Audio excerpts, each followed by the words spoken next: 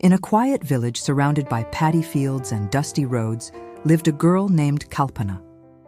She was only 15, but her eyes carried the spark of dreams far bigger than her small world.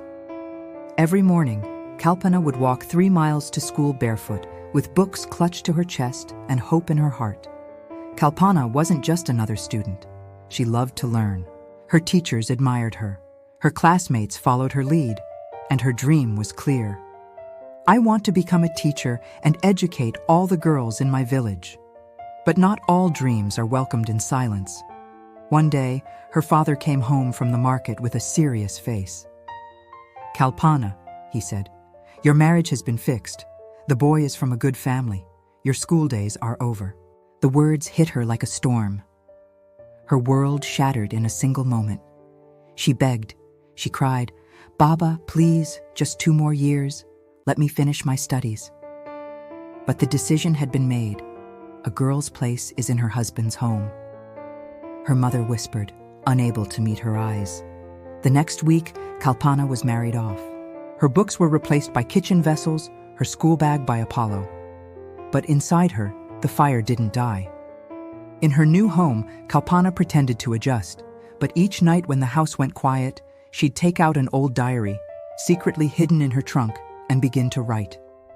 She wrote math equations on the back of grocery bills. She practiced English with the help of old school notes. Her husband's younger brother had a phone, and she used it at night to watch free classes in whispers. Knowledge became her rebellion. Years passed. Kalpana had a daughter, and with her came a promise. "My child will not be denied the light of learning." Her daughter started going to school, and Kalpana walked her there every morning. One day, the school headmistress noticed her explaining a math problem to her daughter perfectly. "Are you a teacher?" she asked. Kalpana smiled softly. "I wanted to be." That one moment changed everything. The headmistress offered her a chance to assist part-time in teaching other girls. Kalpana was hesitant, but her heart leapt. Within a few months, Kalpana became known in the village not as someone's wife or mother, but as Teacher Day. Mothers who once forced their daughters to drop out started sending them to Kalpana. The very people who believed a girl's place was in the kitchen were now clapping for their daughters in her classroom. One evening, her father visited. Gray hair, slower steps. He stood at the edge of her class as little girls recited poems aloud. He said nothing, just nodded, eyes moist. "I was wrong," he whispered later. "I'm proud of you." Kalpa never shouted. She never protested loudly. But she changed the mindset of an entire village, not with noise, but with knowledge. Because when you educate a girl, you don't just teach her, you awaken a whole generation. Dreams can be delayed, but they can't be destroyed. As long as you keep learning, keep trying, and never stop believing. Kalpa's story reminds us that true strength doesn't always roar. It often whispers in quiet determination.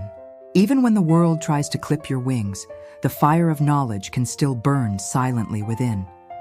No matter how strong the chains of tradition or how loud the voices of doubt, one girl's courage to keep learning can break barriers and rewrite destinies.